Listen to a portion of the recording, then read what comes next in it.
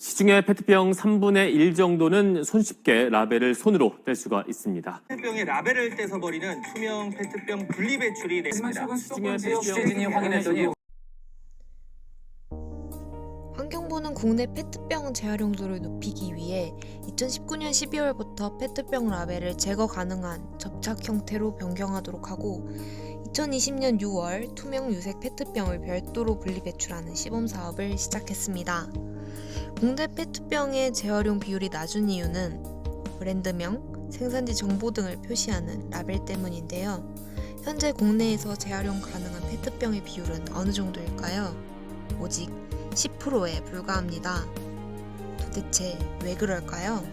우리가 흔히 볼 수 있는 라벨에는 접착식 페트병 라벨과 절취선 페트병 라벨, 그리고 라벨의 대체 방안인 무라벨이 있습니다. 접착식 라벨은 접착제 제거 중 재활용률이 낮아집니다.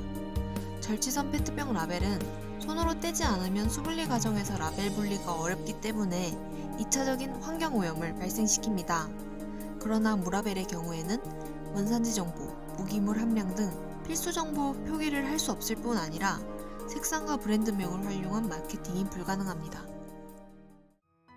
이런 라벨의 문제점들을 저희 라벨루션이 해결하고자 합니다. 생분해성 고분자로 6주 이내에 라벨이 완전 분해가 가능하게 하고 음식물 쓰레기로 처리할 수 있게 하는 것, 더 나아가 수분리가 가능하고 쉽게 라벨에 잔여물이 남지 않게 하는 것, 라벨에 식용색소를 활용한 잉크로 프린트하여 환경을 보호하는 것, 이 4가지가 저희 제품의 중심 구현 요소입니다. 라벨의 핵심 요소 중 하나인 식용색소의 경우 퇴비화가 가능하고 환경에 유해하지 않은 식용재료로 만들어진 무독성 수성 잉크 카트리지를 제작했고, 라벨 필름의 경우 빠르고 완전하게 생분해되면서도 원료 고갈의 염려가 거의 없는 칼슘 알지네이트 필름 형태의 친환경 라벨을 제작하였습니다. 제품 구현하는 과정을 살펴보면 잉크의 경우 증류수를 넣은 뒤 젤라틴을 추가합니다. 이후 물엿과 에탄올을 넣습니다. 이렇게 형성된 용액에 만들고자 하는 색의 식용 잉크를 첨가해 주는데요.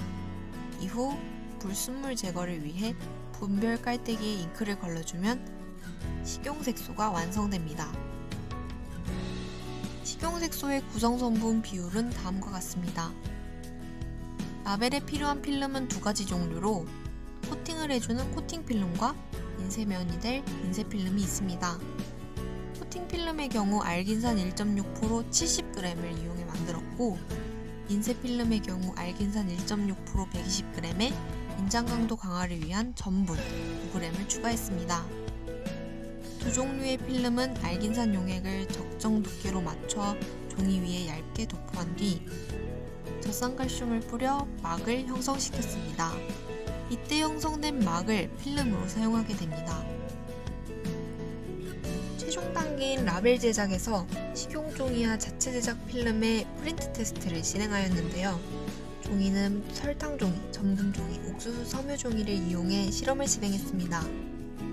설탕 종이의 경우 색성 형도가 좋았지만 용액에 매우 잘 녹고 잉크가 번진다는 단점이 있었습니다.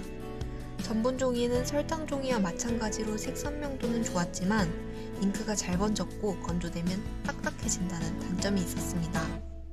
반면 옥수수 섬유 종이의 경우 잉크가 번지지 않았고 용액과 반응하지 않는다는 장점이 있어 옥수수 섬유 종이를 채택하였습니다. 종이 필름은 코팅 필름 위에 옥수수 섬유 종이를 얹고 다시 코팅 필름을 얹는 형태입니다. 과정은 다음과 같습니다. 그러나 옥수수 섬유 종이의 생분해 속도가 느리기 때문에 이를 개선한 필름 라벨을 호환하였는데요.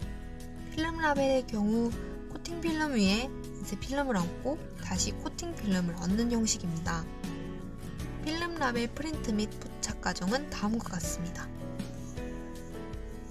저희 라벨은 우선 칼슘 알지네이트 필름이므로 3주 이내에 생분해가 가능하며 환경 부하를 감소시킬 수 있습니다. 비접착식으로 깔끔하게 떼어낼 수 있으며 제거하지 않아도 수분리가 가능합니다.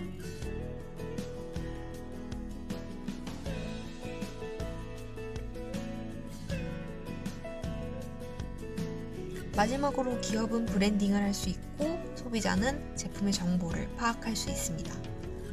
다음은 기존 라벨과 저희 라벨을 비교한 영상입니다.